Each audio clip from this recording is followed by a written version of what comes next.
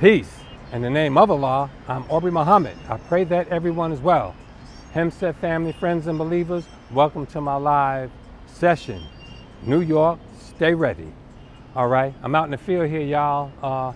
I'm on the side of 600 Fulton in the parking lot over here. I had to get in the shade to get some nice coolness in the shade. It's a strong breeze coming by, so if y'all see stuff blowing, don't worry about it. It went away as soon as I started. Ain't that something? Mainly, y'all, I'm gonna be fast because this is New York getting ready. What are we getting ready for? Trump and them federal troops. Trump and the National Guard. But he's getting ready to make federal moves around everywhere. Don't you know that Mayor Waylon Hobbs, a couple of months ago, I think about 2 months ago, maybe 3 months ago, was with the police task force and preparedness against terrorism. Who do they consider terrorists? You know, prepared for terrorism. That's bull. They're getting ready for us. They're getting prepared to make an armed assault on us and clamp down on us. So we stay ready. In New York, we need to beat them to the punch. New York, I hope you're training. I hope you got your family strong. I hope you got supplies. Please. He's going to Chicago next. Chicago is mainly scattered about. New York,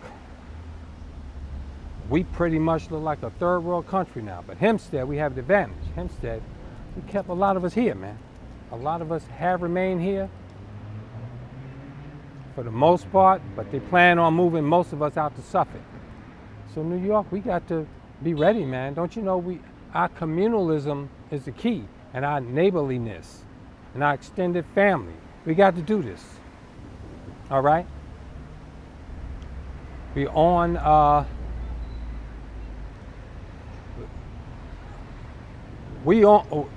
the target. Believe me, New York is a bullseye. New York is big. Washington, D.C. was big, and New York is big. New York, they pretty much got us distracted with flooding us with them imports. Flooding us with them imported foreigners and scabs. You know, that pretty much distracts us. But, you know, we need to start. Don't you know, simple things like community, togetherness. We need to do our own micro farming. That's home gardening. Your home gardening, your micro farming, and I'm using that as a basis for networking and trade. So we network and we trade with each other.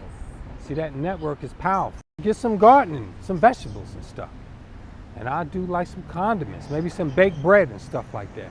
You know, do that exchange, do that trade. And that's just something to start with. Something that we do, skills we have, talents we have, something we can cultivate, things we can harvest, invest in, things we have on hand. If we do that right now, see, that opens the door, that paves the way for greater things. Speaking about food, because food about to get very more expensive. Go look at all these restaurants, how they have dumbed down the menu, have dumbed down the name and stepped up the menu. They all have the same menu. They all get their meats from the same vendors. Yeah, the Tyson farms, them big, huge farms, them industrial, corporate farms. You can't see the end of the acreage of all that farmage. Those is where all the restaurants get their food from, the fast food, McDonald's and them, and KFC. If you notice over the years, they've been switching. Remember, they started with like Dairy Queen. It just became DK, and Kentucky Fried Chicken became KFC, and all of these restaurants, International House of Pancakes became IHOP. And now Cracker Barrel is simplifying theirs. They all doing that. They dumbing down stuff because they don't plan on cultivating us. They don't plan on educating us. They're miscultivating us, undereducating us, and underaiming us. And they're definitely inferiorizing education. It's miseducation. They've been doing it since schooling. John D. Rockefeller started their schooling, all right? And that schooling was to dumb us down, to make us just useful idiots, useful tools. Boy, when the wind is really kicking up, I'm gonna be fast, y'all. I came to get in the shade, but I got the real good air conditioner going here. It's good though, it feels good. But those menus are expensive now. I'm going to even Nathan's. Nathan's got all type of burgers, and IHOP, how they got their burgers.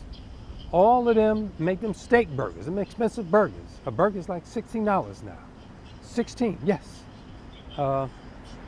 Even Nathan's, they all got them bacon burgers and different type of steak burgers, and they raised the price on the menu. So fast food ain't cheap no more. McDonald's, even that one, the McDonald's, they changed, made it more clean atmosphere, made it more simple. See how they simplified everything, made it all modern, chic, and contemporary. All the restaurants, there are no more themed restaurants. They got everything dumbed down and ugly, and all chic and modern. That's not good. You know, we need themed restaurants. We need restaurants that represent quality. They just got efficiency and capitalism, making a profit off you and filling you up with filler. That ain't even nutritional food. It's filler, empty calories. It's bloating us up. That's where all this obesity is coming from. That expense, and even the supermarkets, the vegetables and the fruits in there, they GMO. Those stuff are cheaply done. Some of that stuff is from overseas. They ship it overseas, they freeze it, they make it seedless so that you won't grow your stuff. So you won't take them seeds and you won't reproduce some fruits. Why? Because you get your own seeds, heritage seeds, you can literally start your own gardening, your own micro farming. And if you don't, you're doing good. Yeah, you're upper class, you're high end, and you got your money, you can hire other people to do it.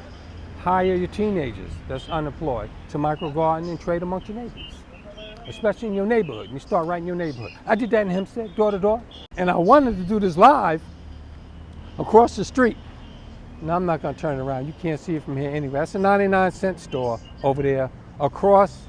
There used to be a few things over there. And that parking lot across from 600 Fulton at the corner of Warner and Fulton, there's a lot of things. Oh, it's a pediatric place now. You know the place that used to be there. That has been many buildings there. But in that parking lot along the fence, it was like a mulberry tree. And I remember literally a brother who was struggling. He used to go and eat the mulberries. He would pluck them on the tree right there. I was gonna go over there, but it's all just in the sun. I didn't want to sit in the sun with all these, with too much light on me, because I get sun glare in the phone. It's bad enough out here with the wind, and you see occasional sun glare through the trees. If you grow fruit trees, you have your fruit trees all throughout the neighborhood. That's very nutritional for you. That's more nutritional than the stuff they have in the supermarkets. I know the supermarkets are convenient. I know the supermarkets are expensive now. Ain't no cheap supermarkets. There's one cheap supermarket, Liddell and the 99-cent store. That's it. I'm right across from the 99-cent store. It's 70. They got the gall to put 79 cents, 99 cents. All that stuff is over there. Remember, it used to be 99 cents. That's 600 Fulton across the street there. Not no more. Kareem in there, he's all right. My man, and the other two, I ain't gonna say their names. The other two workers, they are good and let me advertise stuff for marches and events and stuff. They let us display it in the window. But these stores need to hire our people in the community. And until then, we need to support our own. Grow your own produce and stuff. You can start right with gardening. You'll be shocked at the results. Cucumbers is easy. Tomatoes is easy. Corn is easy. You just got to water and maintain things. And once you get into that, you'll want to produce more. If you grow some crops and you see that they didn't do so well, they're kind of weak and wilted, you look in, you investigate what's wrong with my soil. Did I use the right nutrients? Did I use the right amount of water? Did it get enough sun? Maybe it shouldn't have so much sun. Maybe it should have been more shade. you know, and you'll want to do better by your little garden. You can start with them like 6x8 little sections. Matter of fact, you can start with 5-gallon. Yes, you can. You can start with 5-gallon buckets with drain holes at the bottom. Yes, you can. On your patio, in your backyard, and make transferable gardens, because they have the plots, the 6x8 plots. Those are easy, simple wood. A lot of that stuff could be done. You know, I know we busy, we overwhelmed because we're not teaming up, we're not pooling our resources. We don't pool our resources because we don't have a network to pool it into. Well, you can start a network with simple things. And if you don't have the time, but you have the money, then you can hire somebody to do it. And we need to start training people to do that. And we can start with things that we can simply trade and barter with each other. Bartering is powerful. And then handcrafts, artwork. That's the things we love doing. Art and things like that, bartering stuff like that. Baking and cooking, especially baking. Baking is one of the things people like trading a little more than food. Food, you have to schedule that a lot. But like sweets and desserts, and I used to do that. Sell the bean pies and the cookies in restaurants and stores. Yeah, I used to put them all over the place. My bean pies and cookies. I was baking so many bean pies and cookies. My mom's apartment over at her and my dad's, Sonny, over at 600 Fulton. Right, this was around 2000 something. The part I was in production so high, supplying restaurants, churches, and other bakeries and stuff like that. And you know, it was restaurants and establishments and stores. With the bean pie and cookies, that the house was smelling like a bakery. That cinnamon is strong. The house was smelling like a bakery, and the oven broke at 6. It was a brand new oven, and I think the heating element gave out, and management fixed it, and that was it. You know, my family said, you know, my clothes smell like bakery, you know, that's enough. And that was enough. Allahu Akbar. I started making my own seasons and stuff, wrote that cookbook. Once you getting busy, once you get on that path, you will continue in it for real. And once you start growing, that'll really motivate you. And you can do that by trading on each other, relying on each other. Even when somebody else's crops don't come through, someone else's can. You can substitute. And you'll be very successful doing that. Then you can expand. And literally, I went looking for a restaurant, almost had a bakery. The bakery at Jerusalem and Uniondale Avenue. It was a little spot over in the corner there. I think it was a Jamaican restaurant. The brother was going out of business. So I said, yo man, let me buy you out. He said, well, I said that he had minimum stuff in here. It was a small little restaurant. I was gonna sleep in there too. I was gonna sleep, I was gonna room in there. I had a bathroom. I would take care of stuff. Peace, brother, yeah. I was gonna have a bathroom in there, and he had simple equipment. All I needed was like a convection oven. And I was gonna get a used one from an auction. Other restaurants that closed, they auction their stuff off. So I was going there. I put in, he had $5,000. So I reached out, I didn't have the cash.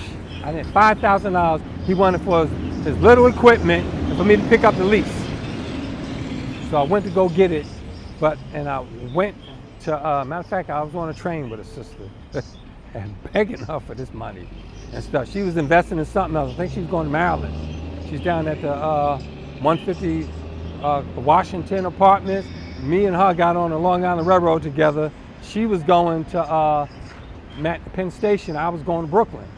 And as we was going on there, I was like, come on, sis, you need to invest in this.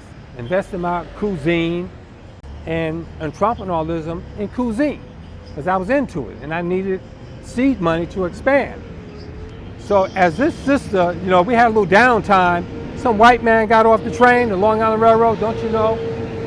As I looked over in the corner, it was a fat wallet in the corner of the seat of the Long Island Railroad. I said, excuse me, sister. I got up and I went over there and I sat down next to it and I stuck my hand down there. It was a fat wallet stuffed with money. It had the money I needed to get what it was like a good portion. It was stuffed with money. And I opened it, it had the man's face of the elder man, he got off at like Garden City Park. He got off the train. And I got up and I thought about it.